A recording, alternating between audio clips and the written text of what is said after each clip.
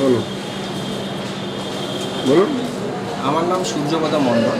আমি national urban livelihood মিশনে হলদিয়া পৌরসভায় এই পরীক্ষাতে আজকে কন্ডাক্ট হয়েছে, সেই পরীক্ষায় আমি এসেছি। এখানে এসে জানতে পারলাম যে হলদিয়া, এবং আগেও জেনেছি যে হলদিয়া স্মার্ট সিটি নিয়ে নানান ধরনের পরিকল্পনা এবং প্রবন্ধ প্রতিযোগিতা, এবং এই ব্যাপারে তাদের জনগণের মূল্যবান মতামত বা পরামর্শ গ্রহণ করছে।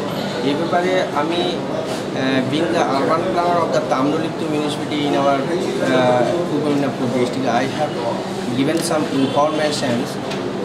Haldia is to be a wholly smart city. It is the city of a engine of economic growth of the Purba Medinipur district. I think the city to be smart if the regional linkage of transport, communication and modern civilization to be in respect to the Kuzbihar in our West Bengal, Siliguri, any other of Darjeeling, to be improve the quality of the people of these various wards.